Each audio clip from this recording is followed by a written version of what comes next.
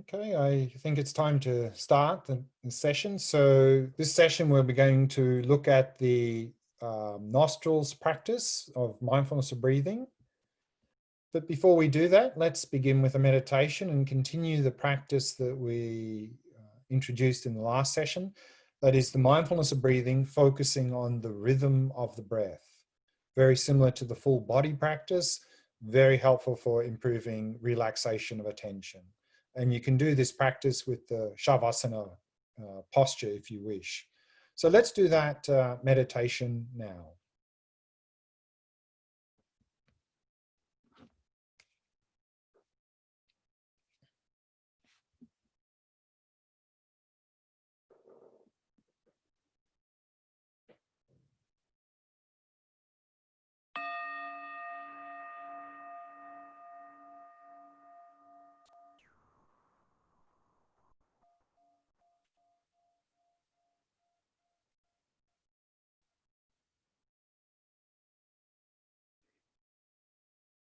As always, we begin by preparing the body, setting the body into a state of relaxation, stillness, and vigilance.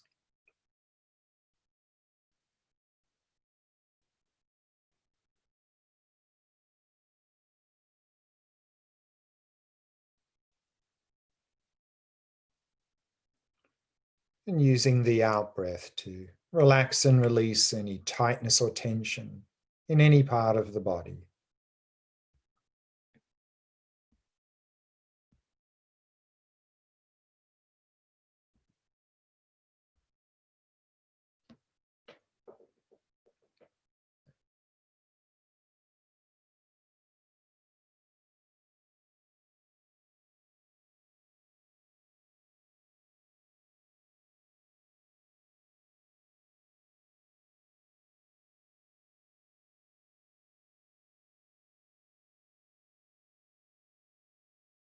And relaxing more deeply with each out-breath.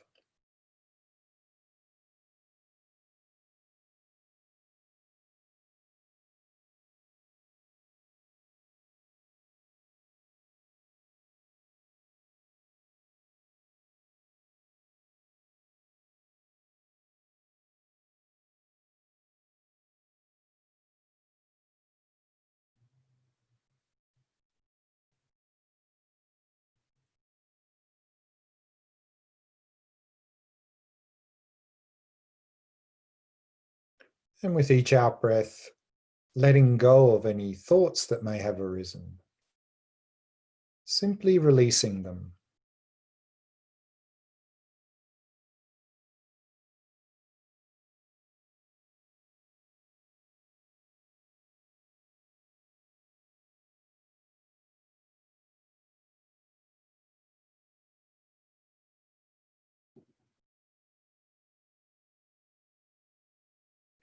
And allowing the mind to come to rest in the present moment.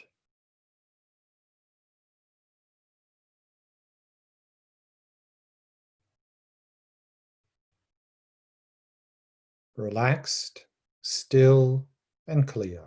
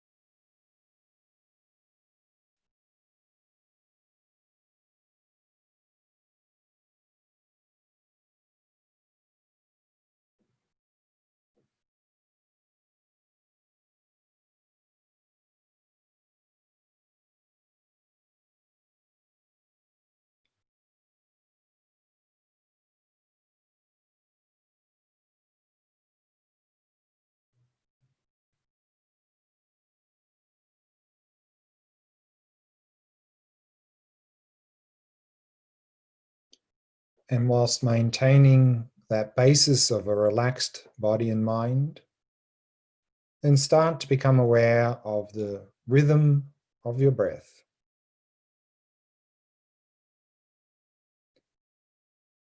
noticing if it's deep or shallow, long or short, fast or slow, rhythmic or arrhythmic, rough or smooth.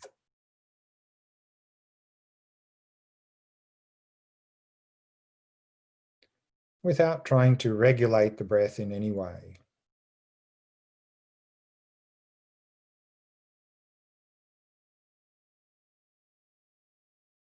Simply maintaining an ongoing flow of mindfulness of the rhythm of the breath.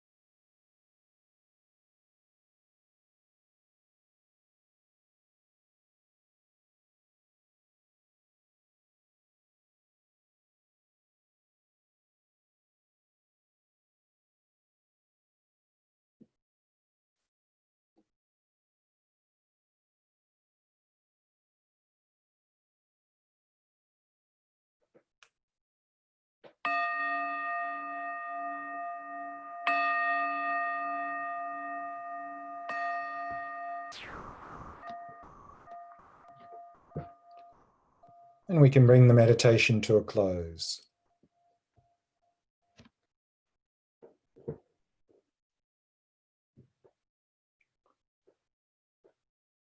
In this session, we'll start again with a short review of some of the earlier topics. Then we'll look at prevention is the best cure in terms of overcoming dullness and distraction. So we'll look at some tips there. The actual practice that we'll be looking at in this session is the mindfulness of breathing, focusing at the entrance of the nostrils. We'll do a guided meditation on that. And then after the meditation, some reflections on the practice of mindfulness of breathing practice, some of the advantages of this practice, and then time for some question answer at the end of the session.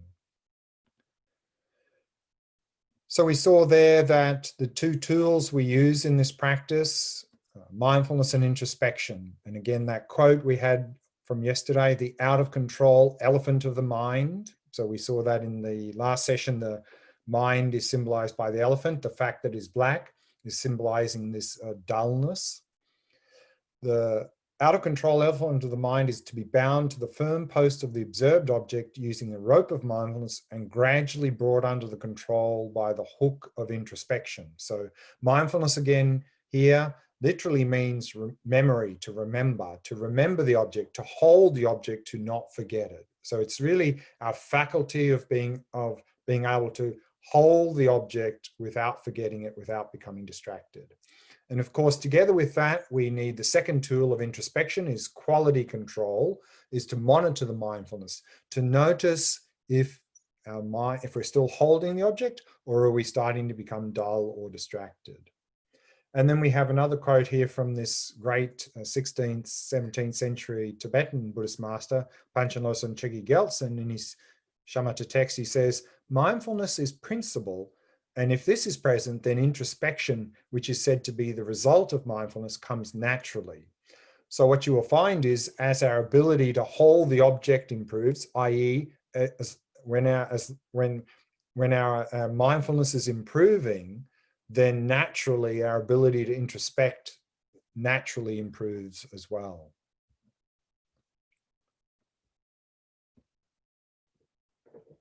And then just briefly, those 5 faults and 8 antidotes, again, that we saw yesterday and in last session, that by applying these 8 antidotes to the 5 faults, we can move slowly along these 9 stages that we looked at, the first 4 of those stages in the last session. And particularly here, I just want to look at the first fault in the antidotes.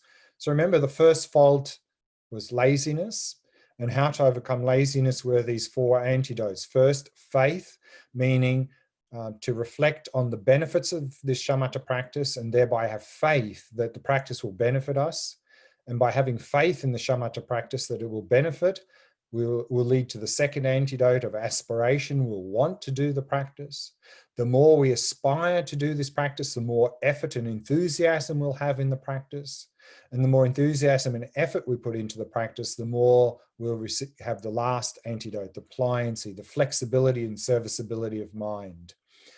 And so here I have a quote from, again, Attention Revolution from Alan Wallace, and it's also related to that diagram there, which actually shows this physical and mental pliancy. But reading the quote first, he says, when the mind is dysfunctional or prone to laxity and excitation, it is hard to generate enthusiasm for healing the afflictions of your mind. Once you are free of such mental dysfunction, you can focus your mind without resistance on any meaningful object or task. And such a mind is now set to be fit or serviceable. And we see that in the diagram, the meditator riding on the elephant of the mind, directing the elephant of the mind wherever he wants and without any resistance. And so that is mental pliancy. When we have mental pliancy, we can direct our mind to whatever we want without any resistance whatsoever. And he says this is the key to achieving optimal mental performance.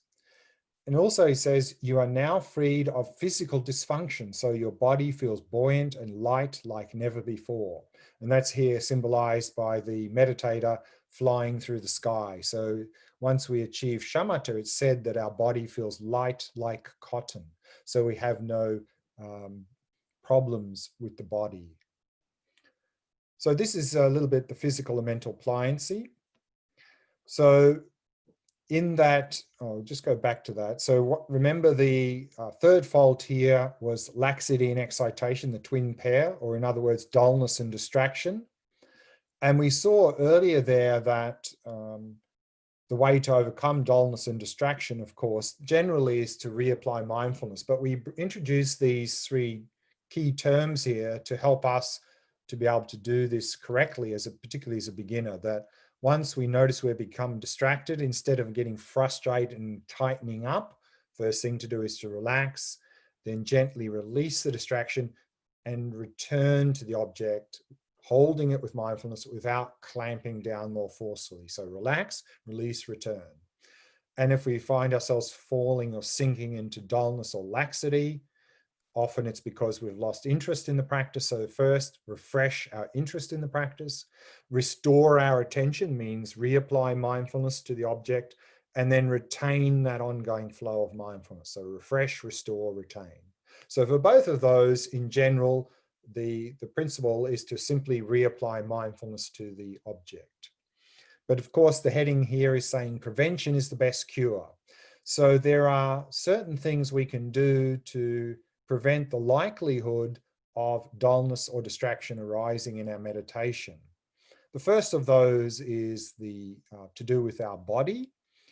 The first is posture. So we saw there the importance in the preparation of adopting a good posture, because if we're sort of hunched over in our meditation, then of course we're just going to fall into dullness and laxity. And if our back is too straight and head too far up, maybe we get agitated. So just a nice posture, back straight, head slightly tilted forward. And again, the eyes. So we saw there that the general recommendation is to have the eyes slightly open. If we have them closed in meditation, of course, that will predispose us to more laxity and dullness. Sleep. This is particularly in our modern world. We tend not to get enough quality sleep. So if we don't get enough sleep and we try to meditate, there's a high likelihood that we're just going to fall into dullness and drowsiness. So it's very important that we get good quality sleep if we really want to have a meditation practice. Otherwise, meditation will just become another 15 or 20 minutes of sleep. Diet is extremely important. Again, unfortunately, in the modern world, our diet tends not to be very good. And one of the big culprits here in terms of creating problems with meditation is sugar. Too much sugar in the diet. And so sugar, of course, we go up and we go down, up, down. So we'll be oscillating between agitation and dullness. So really a very healthy diet, cut down the sugar, refined foods, all of those sorts of things, healthy diet, and of course, exercise the body, because the body is the vessel for the mind, is the support for the mind. They very closely interact with each other, of course. And so if we don't have a healthy body, then that's not going to go very well for the mind in meditation. Of course, environmental factors can be something we can look at to reduce the likelihood, to prevent the likelihood of dullness or distraction. And particularly as a beginner, one of the biggest reasons or causes of distraction is noise. So to try to find a very quiet place to meditate. And as I mentioned earlier, if you don't have a quiet place, if there's a lot of ambient noise, then we're just going to get pulled away by that. Then I can recommend noise cancelling headphones to really cut that ambient noise, because it really will pull us away from our meditation. Also, generally, we can control a little bit when we meditate, temperature and light. So of course, if the room is too hot, we're likely to fall into dullness and drowsiness. If it's too cold, we may get agitated. So to adjust the temperature accordingly, and also to adjust the light accordingly. Again, if we're a sort of person that tends to get more highly agitated than dull, maybe to dim the lights. I personally like to meditate quite dim, even completely dark. That doesn't really cause a problem for me for dullness so much, because I tend to be more of the agitated sort of person rather than the dull person when it comes to meditation. Whereas if we're more a person that drifts into dullness more easily than agitation, then maybe a little bit more light and of course to have the eyes slightly open. So these environmental factors we can control somewhat, and that can help reduce the likelihood of dullness or distraction. We also mentioned length of session. So more is not necessarily better when it comes to meditation, because in fact, if we try to meditate too long, then we're not going to be able to sustain that. And what's going to happen in the latter part of the meditation is that we're just going to drift into complete distraction and complete dullness. And so in fact, we're going to be increasing the very faults we're trying to decrease. So therefore, always emphasizing quality over quantity. And as a beginner, to have many short sessions. And as we get further into the practice, then we will need to increase the duration of the session to go further into the practice. But always, in all occasions, emphasizing quality over quantity. And one last factor that can help prevent the likelihood of dullness and distraction is enthusiasm. This is a little bit to do with the before we saw about laziness in the practice. So often in this sort of shamatha practice, if we're only doing it because someone told us to do the practice, then I think you find that meditation is just going to be either completely dull or you're going to be completely distracted because you're not really that interested in the practice. We need to be enthusiastic about the practice. The way to become enthusiastic, of course, is to reflect on the benefits of the practice. And so we saw earlier in the first session yesterday, a lot of benefits in daily life in terms of attention skills and so on in doing this practice. And also this is a gateway to genuine happiness, this practice. So if we really appreciate all the enormous benefits that this practice will give us, then we'll be very enthusiastic in doing the practice. It's a little bit like, you know, if we're at home in the evening and we're watching a program on TV, but we don't find it very interesting, then usually we sort of drift off and or maybe even fall asleep on the couch. Whereas if we're watching a program that we find very interesting, even if we're a little bit tired, usually we can maintain very good attention and we're not getting very drowsy because we're interested in the program. So here, similarly, we need to be interested in the practice, enthusiastic about the practice. Also very helpful here in terms of enthusiasm is motivation. To make the motivation as expansive as possible. The more expansive, the better. And in particular, to try to include others in our motivation. Because if we have a good motivation for this practice, but it's mainly about ourselves, that we want to do this practice for our own benefits, maybe they're very good benefits for ourselves. But then what can often happen is when we're faced with some difficulties, then if we only are motivated for ourselves, there's more likely that we'll sort of just give up on it. Whereas if we've included others in our motivation, we're doing it for others as well, and then things get a little bit difficult in the practice, then we're more likely to persevere in the practice and not just fall into complete distraction or dullness with the practice. So these are a few things that can help to prevent dullness and distraction. So let's now go to the practice for this session. And that is the third of the 3 variations of mindfulness of breathing. So the first, again, was full body or rhythm of the breath, good for relaxation. The second one was to focus in the area of the abdomen, very suitable, conducive for improving stability of attention. And then the third one here, focusing at the entrance of the nostrils. So here, of course, what is the object? What are we focusing on when we say focus at the entrance of the nostrils? Here, we're focusing on the tactile sensations at the entrance of the nostrils as the air moves across this area.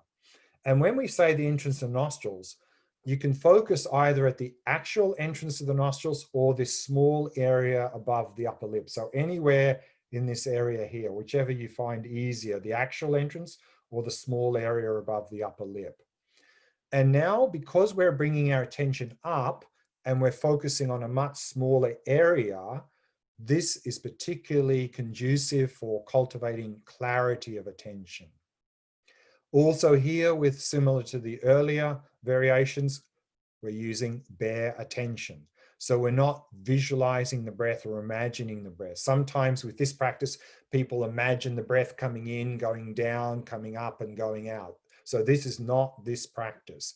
We are simply observing the tactile sensations here as the movement of the air moves across this area. And another thing we're not doing, which sometimes people do, is when they're focusing here, they actually start to look here. They're looking at the tip of their nose. And actually, unfortunately, sometimes in the meditation text, the instruction is, actually, it's a wrong translation. It says, look at the tip of your nose. Where actually the original Tibetan Sanskrit doesn't say, look at the tip of your nose. It's telling us that when we have our eyes slightly open, to the line of our eyes should be along the line of the nose. So we're looking in a slightly downward angle. But of course, we're not really looking at anything, but that's just the trajectory of our gaze. So we're not actually looking at the nose, because this is a mental exercise. It's not a visual exercise. We're not looking at what's going on here. Balance. So again, balance is important. Here we're emphasizing, we're enhancing clarity of attention, but of course without losing relaxation or stability, not at the cost of losing relaxation or stability. And that can be a common tendency in this practice, is that because it's a smaller area of focus, that it's harder to focus, then we tense. And so often in this practice, we end up with a lot of tension around the eyes, across the forehead and so forth. And also because it's difficult to focus here, then sometimes people force the breath so that they can pick up the sensations more easily. So we don't want to do either of those. So keep all the muscles in the eyes soft and relaxed. So if you notice any tension around the eyes, across the forehead, using the out breath, release that tension, and simply allow the breathing to flow naturally. Don't force the breath in this practice. And like the earlier practice of focusing at the abdomen, in this variation of mindfulness of breathing, again, if you find that you get distracted a lot and you find it helpful to stabilize attention, count the breath. Some traditions, instead of counting the breath, talk about noting the breath. For example, noting breathing in, breathing out, or simply in, out. So this is also okay. So either counting or noting the breath to help stabilize attention. But I wouldn't recommend doing counting or noting the breath all the time, because it's not part of the standard practice. It's only a short-term strategy that we can bring in if we find ourselves heavily distracted. And once we've stabilized our attention, then we can let go of it. Of course, if you don't find that counting the breath helpful at all, leave it out. But if you find it helpful, in the case you're distracted heavily, then bring it in. So that's the practice. So let's do that practice now. So if you'd like to find a nice, comfortable posture, let's begin.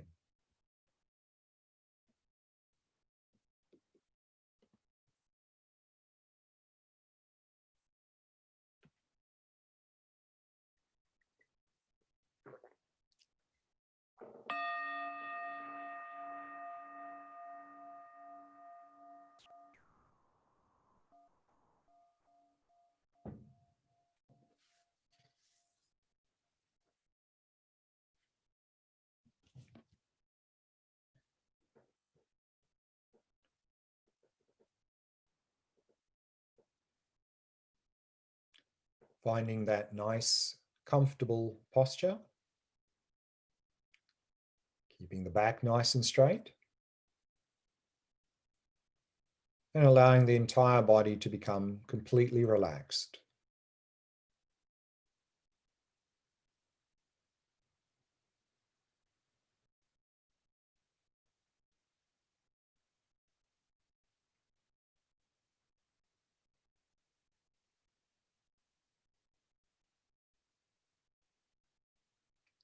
And having established a good posture, then keeping the body as still as possible, avoiding any unnecessary movement.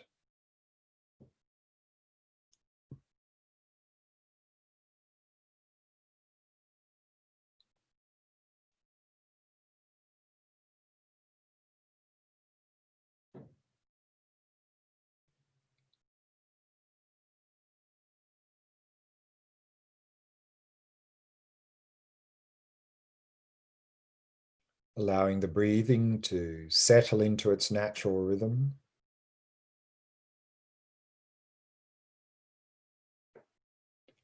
Flowing naturally and effortlessly.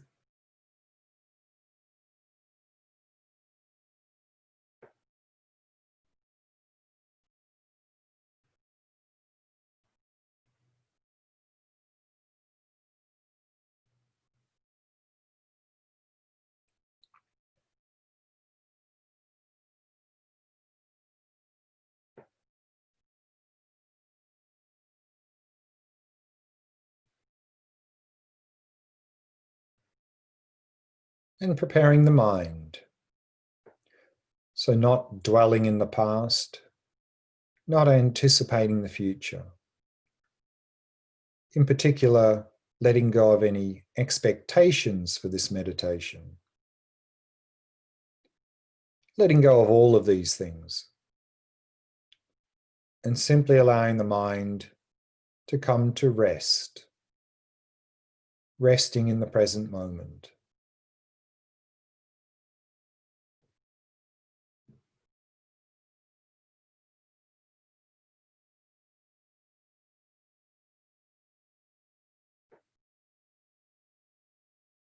Resting in stillness.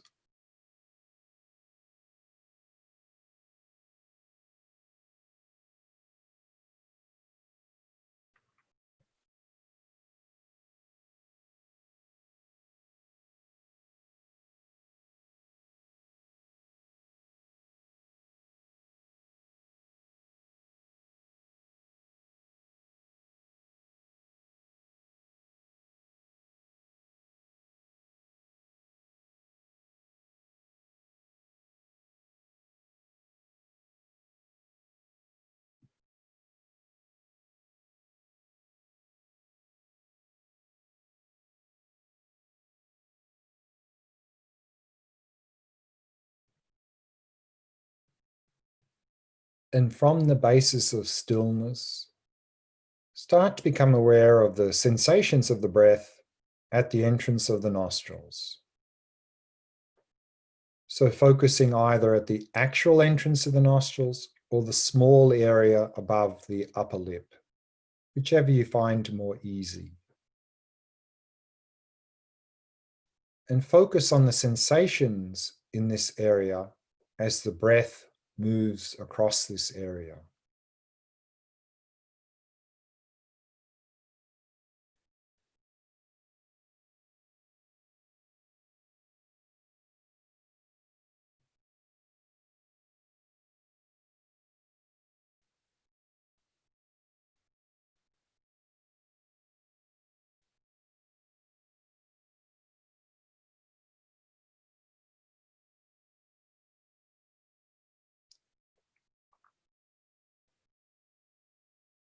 Not visualizing the breath or imagining the breath. Simply observing the tactile sensations of the in and out flow of the breath as it moves across this area at the entrance of the nostrils.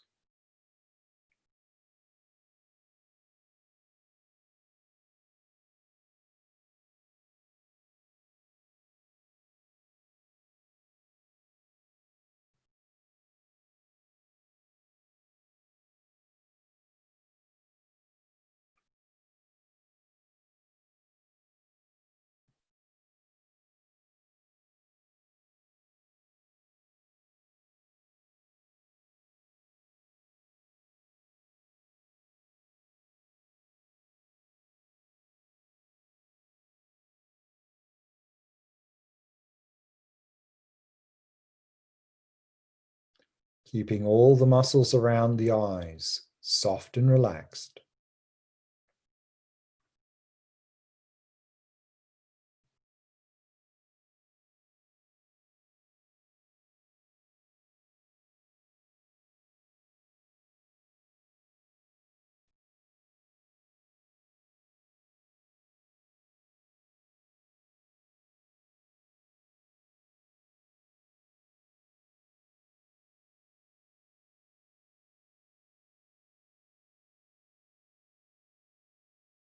allowing the breathing to flow naturally, not trying to force the breath in any way.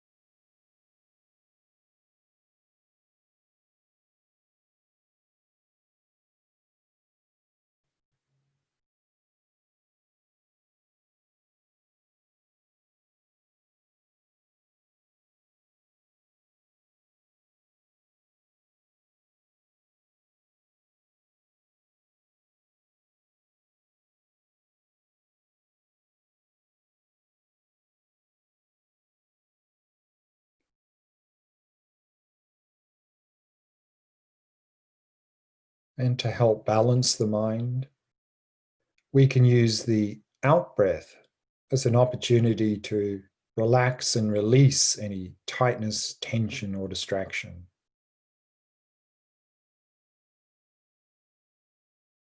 And we can use the in breath as an opportunity to arouse and refresh our focus to overcome any dullness or drowsiness. So relaxing and releasing on the out breath and sharpening the focus on the in breath.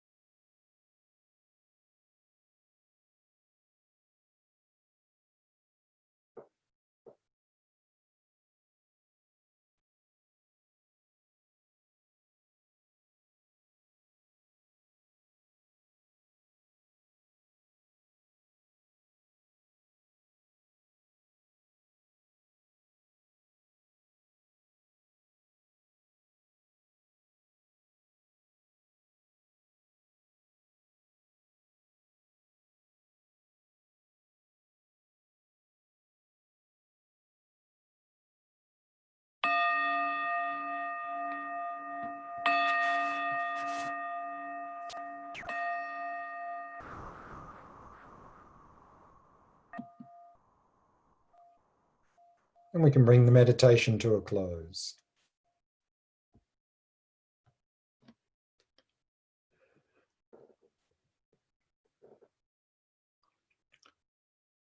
So just a couple of reflections on the practice, mindfulness of breathing, in particular this practice here.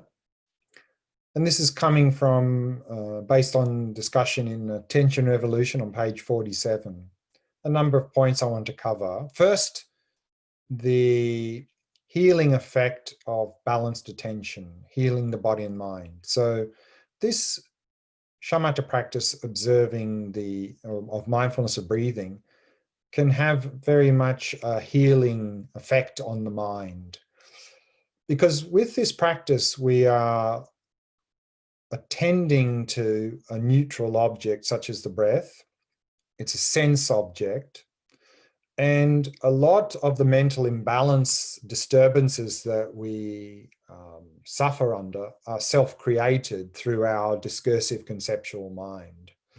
And so by then bringing the attention out of that into the body, into a neutral object such as the breath, then we can let go of a lot of that stuff and not feed that tendency. And so it can have very much a healing effect on the mind and the body, this practice. And so this is described again in Attention Revolution on page 47. So I'd like to read that out. He starts by saying, the Buddha described the practice of mindfulness of breathing with the following analogy. So now he's quoting from a sutra from the Buddha, who said, just as in the last month of the hot season, when a mass of dust and dirt has swirled up, a great rain cloud out of season disperses it and quells it on the spot.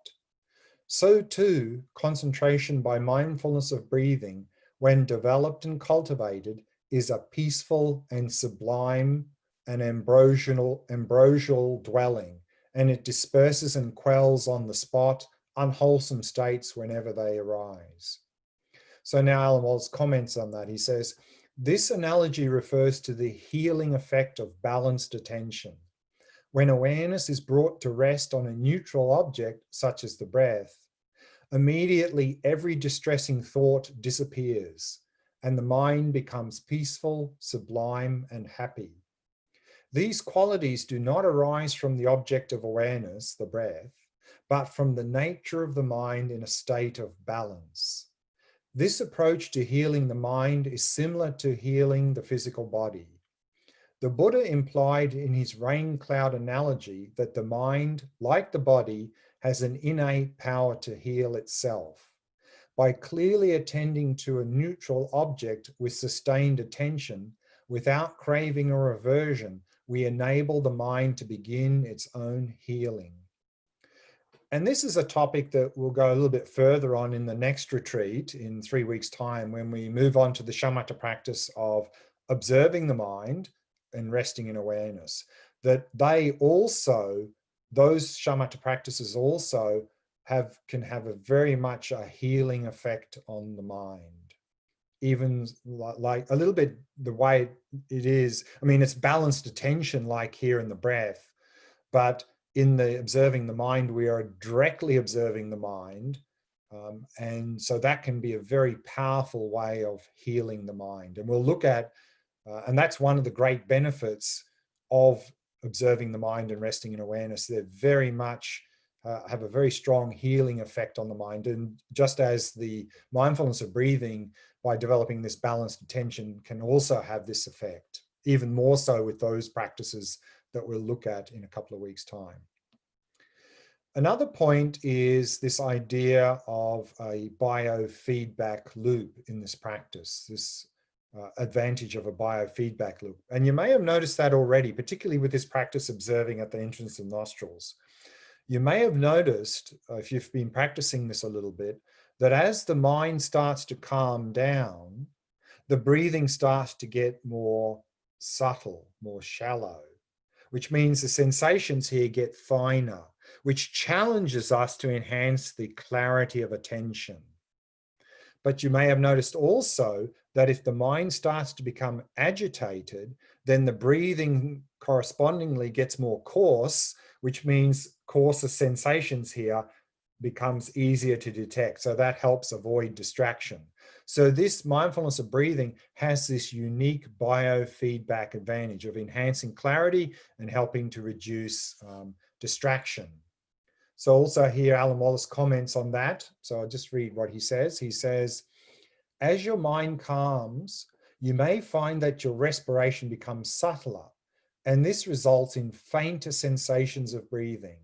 The further you progress in this practice, the subtler the breath becomes. At times it may become so subtle that you can't detect it at all. This challenges you to enhance the clarity of attention. In other words, you have to pay closer and closer attention to these sensations in order to stay mentally engaged with the breath. There is a kind of biofeedback process at work here. If your mind becomes distracted and you get caught up in involuntary thoughts, your breathing will become coarser, resulting in stronger sensations, which are easier to detect. But as your mind calms down again, the breathing and the sensations that go with it become finer. And this once again challenges you to heighten the degree of clarity. Mindfulness of breathing has this unique biofeedback advantage. So this is also one of the advantages of mindfulness of breathing as the object of shamatha. And a little bit related to that is something here is in the attention revolution here as well, is this idea of movement of subtle energies in the body. So we have a lot of energies in the body. And again, as I mentioned earlier, this analogy of the wind horse, that the rider and the horse. The rider is the mind and the horse is the body, or the energies in the body. And so what happens, of course, is now our mind is completely imbalanced, which means that the horse of the wind energies is completely imbalanced. And so what happens, of course, is in the shamatha practice, as the mind starts to calm down, then the energies within the body that are correlated, of course, start to balance. And the balancing of these energies in the body can create all sorts of physical experiences. Some of them are very pleasant. You can have a lot of blissful sensations in the body and so forth. Some of them are very strange. You can feel like you're levitating, a big body, small body, even no body. Some of them are a little bit unpleasant, some sharp sensations in the body, piercing sensations in the body. And so the advice here, of course, is to not get caught up in these experiences, to not get caught up in craving and attachment to pleasant sensations in the body, or to get caught up in anxiety, fear, and so forth, or aversion to anything strange or unpleasant in the body. All sorts of things can happen in the body. Just they'll come and they'll go. This is a natural byproduct of the balancing of the energies in the body. So don't make a big deal out of them and just stick to the practice. So let's see what Alan Wallace says in Attention Revolution here. He says, various physical sensations may occur in meditation. Sometimes you may feel your limbs are extremely heavy or thick. Sometimes your body may feel very large, or you may feel like you're floating or levitating. Other sensations such as tingling, vibration, or heat are common. So a lot of heat, particularly in the chest area, is a very common effect in this practice. You may experience telescopic vision, viewing your body as if from a distance. Especially when you meditate many hours a day, you may experience within your body prana, or vital energies, shifting and releasing pockets of tension. When you engage in mindfulness of breathing, these energies begin to balance and flow naturally. This is a process that takes time. And while the energies redistribute themselves, their movement produces various sensations. Don't be worried about them or make a big deal of them. They are natural consequences of the practice. So that's a very helpful piece of advice, because unfortunately, people tend to get caught up in these physical experiences. The pleasant ones, they go, wow, that's so nice. I want that. I want that. And so then a lot of craving and attachment happens. And then they try and recreate that experience. But of course, it's impossible with craving and attachment. And then from that, we just end up with frustration and disappointment. Or if it's some unpleasant or strange experience, then aversion, fear, anxiety, and our whole practice comes to a grinding halt. So don't make a big deal out of them. They'll come and they'll go. And there are many varied things, and you can never tell what's going to happen. Just don't make a big deal out of them. And then the last point here, or second last, is this shamatha practice is really what's called sort of more like egoless attention. That particularly with these shamatha practices, that as the mind starts to balance, then the ego, which likes to control everything, sort of gets more and more released. And so you'll find that in the shamatha practice, this practice is very much letting go, helping to let go of the ego, of this grasping to self.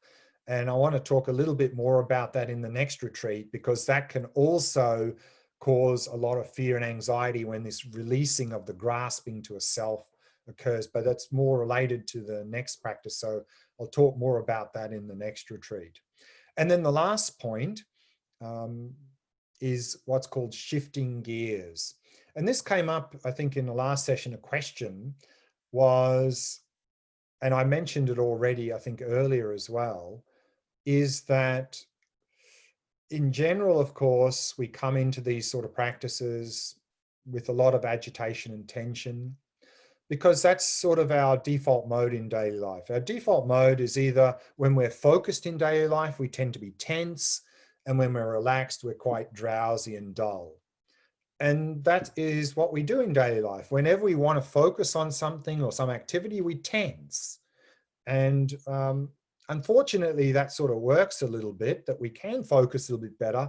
But of course, it comes at a huge cost, the cost of fatigue and a lot of agitation if we focus with tension for a longer period of time. So that's why, particularly in this practice here of focusing at the entrance of nostrils, where it's a little bit more difficult to pick up the sensations, there can be this natural tendency to tighten. And what can happen, of course, is when we do tighten, we may be able to pick up sensations here, but then a lot of tension builds up, particularly around the eyes, the forehead, sometimes around the neck area. And if we notice, and that's what introspection is. Introspection's is to monitor that as well, to notice if the body's relaxed. If we notice any tension around the face area, particularly in this practice, then on the out breath, release, release, release, release. And if you can't release the tension, even if you are focused well, don't stay there, because you're building up a habit that's going to become even more and more difficult to reverse. So if you can't release the tension, even if you're focused well, then move out of there, move down to the abdomen, the full body, the rhythm of the breath, and go back and emphasize relaxation.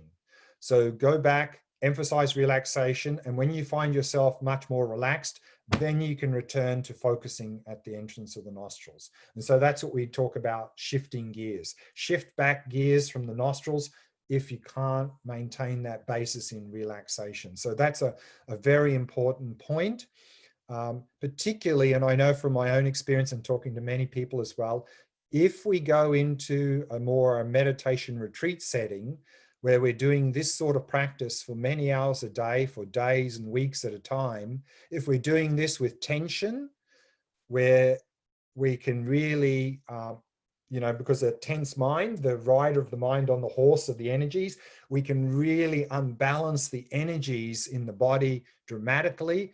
And in Tibetan Buddhism, we can end up with a condition called lung, which lung means wind energy. It's basically a complete imbalance.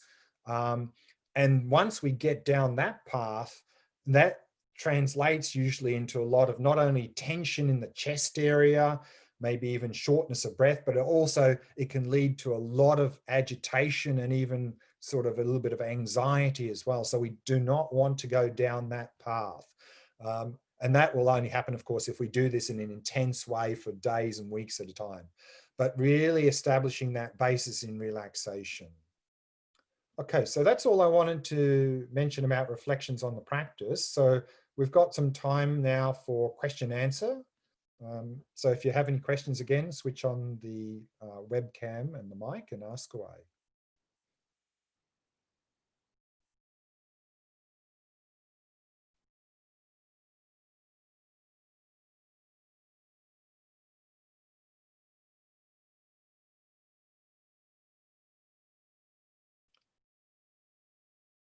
The questions don't, okay. Jody. Hi, Glenn. Thanks again for your presentation. My question was in regards to a bit of the loss of the egoic self, and thinking about shamatha as like a building block to vipassana. And my understanding is in vipassana, you're really trying to glimpse the illusion of self and then stabilize that. Sure. And I guess I'm really interested and curious about that. But I guess something that I guess I'm a bit concerned about is there's also a sense of loss of self in depersonalization disorder. And I guess I was just wondering if you had a view on the difference between non-self as a goal to achieve within the Buddhist path and depersonalization. Yeah. So when we say here no self, we're talking about letting go of a false sense of self. The one that we wrongly identify with, that's the basis of all of our mental afflictions and suffering. And so when we come to realize no self, we actually realize the correct and healthy self, if you know what I mean. So there's no Buddhist tradition that says there's no person. So what you're talking about, I think, in depersonalization is deconstructing a healthy, valid sense of self as well, isn't it? That's an extreme, I think, what you're talking about. Yeah. So here, when we talk about no self, we're talking about stripping away all the false projections we put on ourselves. And when we strip away all of that, that's what we mean by no self. What we're left with is the authentic me, the authentic person. Yeah. But what happens is, even in the shamatha practice, is that we have identified with this false sense of self our entire life. And that false sense of self is usually reinforced by two things. One is the body. You know, we go, this is me, me, me, me. Yeah, the body's me. And the other thing we identify with as me is all the mental activity, all of our thoughts, emotions, concepts, personalities, all of that. That's me. And that sense of me is reinforced constantly because we usually have a solid sense of body, and usually there's a lot of mental activity that's constantly reinforcing a sense of me. But none of that stuff is me. And what can happen even in shamatha practice is, if we sit down and set up a good posture, then, and we're focusing on the mental sphere, then a solid sense of body can collapse, can drop away. So that's not reinforcing a sense of me. And then if the mind goes quiet, all the mental activity that is reinforcing a sense of me drops away. So the two things that are constantly reinforcing a false sense of me are gone. And then often people have fear arising because they think I don't exist. But what's actually happening is the false sense of me has completely dropped away. You know, and if the fear arises, and because you think, well, I don't exist, then all you can do is simply ask, who's having the fear? Because if you don't exist, there can be no fear. So you exist. What has dropped away is a false sense of me. And if we've studied a bit of Buddhism and we appreciate that, then actually we'll have a lot of joy, because we'll realize the me that we've identified with in our entire life that's caused so much mental afflictions and suffering simply doesn't exist. And we'd be very happy about that. So in shamatha, like I said, this false sense of me can completely drop away. And what's left is the authentic, real me.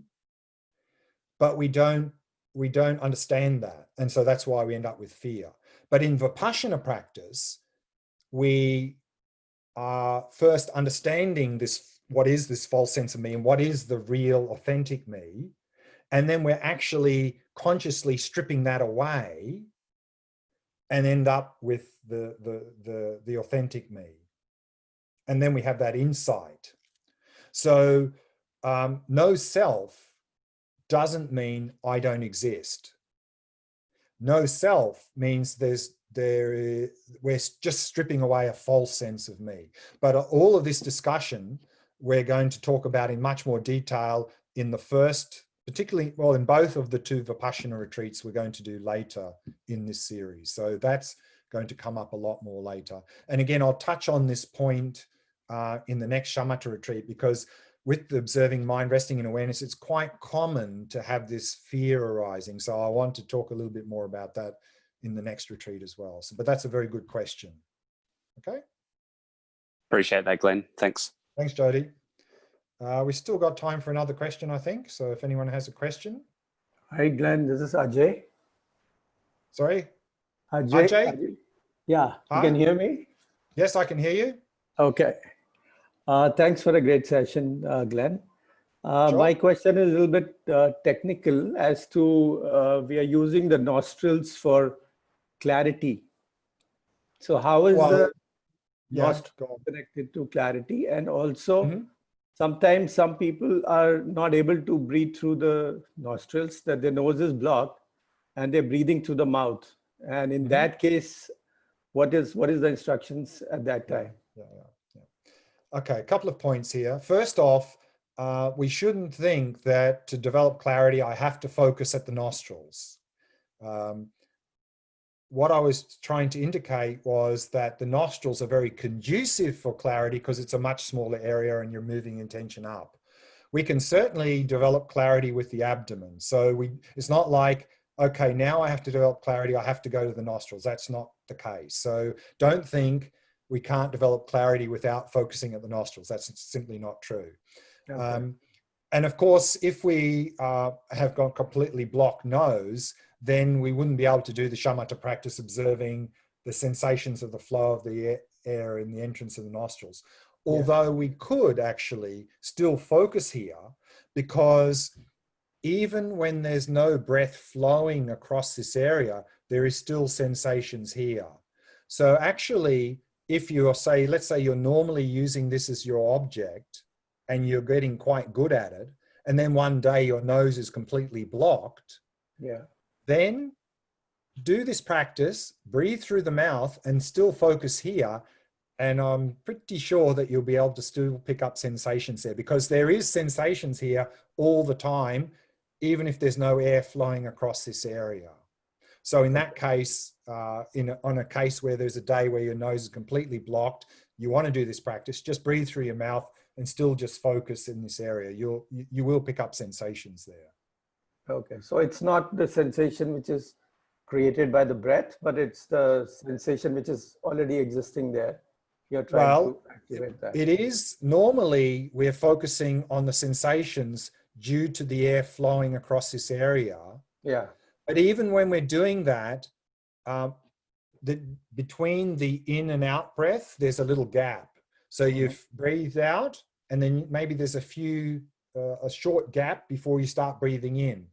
But during that gap, there's no air flowing across that area, but there's still sensations there. So the actual instruction is, in the gap between the in and out breath, still focus here and pick up the sensations which are there. And then when the air moves, then you'll pick up the sensations of the air moving across that area. So we want a continuity of mindfulness. Great. Thank you. Yeah.